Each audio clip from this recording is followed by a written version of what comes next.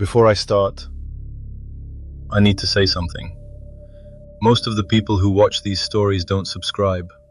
I get it, you're not sure yet, you just got here. You're standing in the doorway, deciding whether to come in. But here's the thing. The algorithm doesn't show these stories to people unless you tell it to. A subscription, a comment, that's how the door stays open. That's how the next person finds this corridor. So, if you're listening, and you want to hear what happened in room 4, subscribe, leave a word in the comments. It doesn't have to be much. Even the patients who never spoke left marks on the walls. Alright, let me tell you about Nicola. Nicola asked me to close the window. I told him they don't open. He pointed at the wall. On a locked ward, the windows are fixed, glass and security grating, sealed into the frame. They don't open, they don't close, you don't touch them. They're there to let in light and to let patients see the sky, nothing else. After 7 years on this ward, I could draw the floor plan of every room with my eyes closed, every tile in its place. Nicola showed me I didn't know anything about this building. He was admitted on a Tuesday evening, 45 years old, involuntary commitment, brought in by the police after his neighbors found him standing on the landing of his apartment building, staring at a wall for 6 hours. Acute psychotic episode. At intake, he was calm, cooperative, answered questions in short, precise sentences. He sat down on bed A in room 4, looked at the room, looked at me and said, "Nice building. Old. Tough and limestone, right? They've sealed up a lot of things in here." Not the kind of sentence you expect from a patient who just arrived on an involuntary hold. But Nicola wasn't the kind of patient you expect. He'd been a bricklayer for 20 years. Huge hands, quiet voice, gentle manner. He built houses. His hands could read a wall the way mine can read a vital signs chart. When he talked about a building, he spoke like a surgeon describing anatomy. He wasn't guessing, he knew. He reminded me of my uncle Toto. Same build, same way of looking at you without rushing, same hands that seem made to hold things in the right place. My uncle died of a heart attack on a construction site at 54. Every time I passed room 4, I saw Nicola's hands resting on his knees and thought of my uncle. It's not professional, it's not clinical, but it happens. Nicola's roommate was Paolo, bed B, 32, third admission in 2 years, psychomotor agitation in the process of stabilizing. Paolo slept a lot. Nicola didn't. On the 4th day, during the afternoon round, Nicola stopped me. "Nurse, can you close the window? There's a draft." I looked at the window. Closed. Security grating. Sealed like every other one. "The window is closed, Nicola." "Not that one." He raised his right hand and pointed at the wall. The wall opposite the window, the one between room 4 and room 5. White plaster, smooth, no markings. "That one. There's no window there." He lowered his hand. He didn't look disappointed, didn't look confused. He looked like a man who has just stated something obvious and been told the sky is green. "There's a draft," he repeated. "It's coming from there." I wrote it in the nursing notes. Patient reports perception of air draft from west wall. Likely residual symptomatology, doctor informed. Cataldi read the note, nodded, said, "Keep monitoring." Routine. I stopped thinking about it. For 3 days I didn't think about it. Nicola took his medication without resistance, ate well, spoke little but clearly. Cosimo brought him his tray, and every time Nicola thanked him and said, "Good work." Cosimo told me later, "That man is a gentleman." He was. On Wednesday I had half a day off. Went home, had lunch with my wife, watched an hour of television, fell asleep on the couch. My wife woke me at 4 for her nephew's birthday cake. I ate cake, played with the kid, was a normal person for an afternoon. Thursday night I was on shift with Ferruccio. 11 patients, 1 empty bed in room 6. Quiet night. I did the 2 o'clock round, all rooms. When I opened the door to room 4, Paolo was sleeping. Nicola was sitting up in bed, awake, hands on his knees. "Can't sleep?" "There's a draft." I stepped inside the room, and I felt it. Not right away, not like opening a window and getting hit by air. I had to stand still, in silence, focused. But it was there. A thread of air on my right hand, barely perceptible, like the breath of someone sleeping a meter away. It was coming from the wall between room 4 and room 5.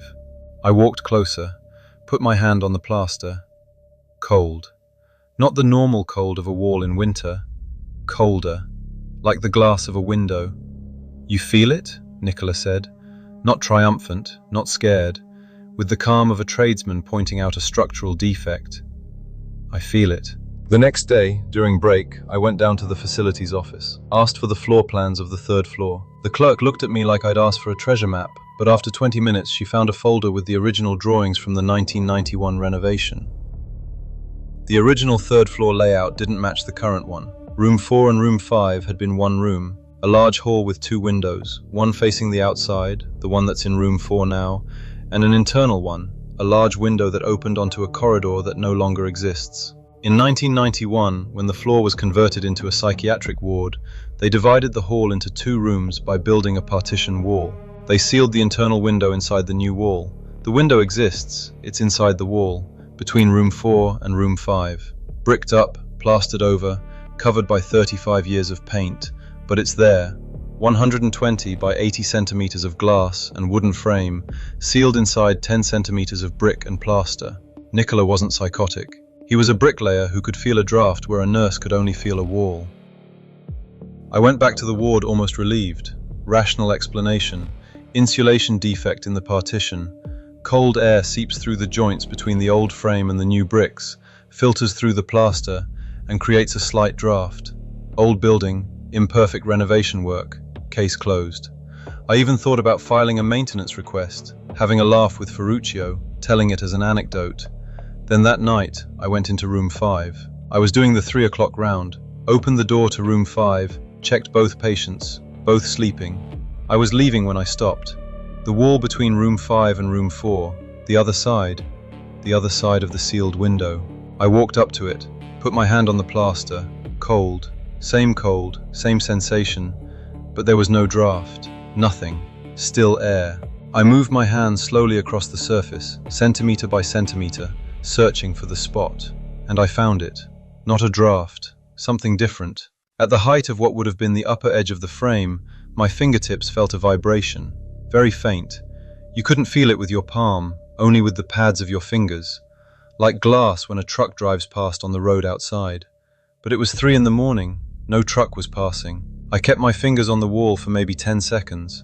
The vibration came and went, rhythmic, a slow, steady cycle, like something opening and closing on the other side, an opening and a closing, an opening and a closing, with the regularity of breathing.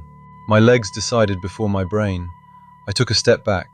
My back hit the bed frame of bed B. I stopped, looked at the wall, white plaster, smooth, no outline, no seam, nothing.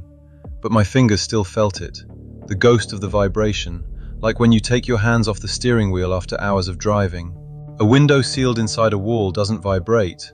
A wooden frame bricked into plaster for 35 years doesn't vibrate. The glass inside that wall has no reason to vibrate at 3 in the morning in a silent ward, unless someone is touching it from the other side. But there is no other side. There is room 4's wall. Nicola, asleep 1.5 meters from the same wall, on the opposite side. The window opens onto nothing, 10 centimeters of dark, and something, in those 10 centimeters, was moving. I walked out, closed the door. In the observation booth, my hands were shaking. Not much, enough to notice. Ferruccio was in the courtyard. I went out. He saw my face and held out a cigarette without a word. I took it. I don't smoke. "The wall between room 4 and room 5, I said. He inhaled, looked at the parking lot. "There's a sealed window inside it." "I know," he said. 3 seconds. 5. "You know." He crushed out his cigarette, turned to me. He had the face of a man who has decided to do something he's been putting off. "Assunta doesn't mop in front of that stretch of corridor. Have you ever noticed? She does the rooms, comes out, skips that section, starts again on the other side. For as long as I've worked here, I've never asked her why." He didn't say anything else. We went back inside. Nicola was discharged 11 days later. Stable, oriented, cooperative. Planned discharge, referred to the community mental health center. At the discharge meeting, I shook his hand. He held it a second too long. He looked at me and said quietly, "That wall isn't right. It's not up to code. You can feel it too. I can. If I was still on a job site, I'd tear it down and redo it. He let go of my hand. But maybe it's better the way it is. I didn't understand what he meant. It took me 2 weeks. I asked for the floor plans from before the 1991 renovation, before the building became a hospital. The clerk at the facilities office searched for 3 days. She finally sent me a faded scan, a sheet from 1954. In 1954, the third floor had a different use. The large hall, the one that is now room 4 and room 5, had a name written in pencil on the floor plan, in cursive, in the handwriting of a surveyor from 70 years ago. Mortuary. The internal window didn't open onto a corridor. It opened onto the room where bodies were prepared. That window was there for ventilation, to circulate the air when the room was in use. They sealed it inside the partition wall in 1991. They didn't remove it. They didn't take out the glass, didn't dismantle the frame. They built a wall around it and covered it with plaster. The window is still there. The glass is still there. And something, on the other side of a pane of glass that no longer opens onto anywhere, continues to open and close it every night, with the rhythm of a breath that belongs to none of my patients. Ferruccio knows. Assunta knows. Now I know too. Room 4 has 2 patients now. Neither of them has ever complained about a draft. Nicola was the only one who felt it. Sometimes I think he felt it because he was a bricklayer. Sometimes I think he felt it because he was the only one lucid enough not to ignore it. I never reported anything to maintenance, because the moment you write air draft from sealed window on a form, someone might decide to open that wall, and I don't know what's on the other side. I'm not talking about the architecture, I know that part. I'm talking about what vibrates against the glass at 3 in the morning. That wall stays where it is.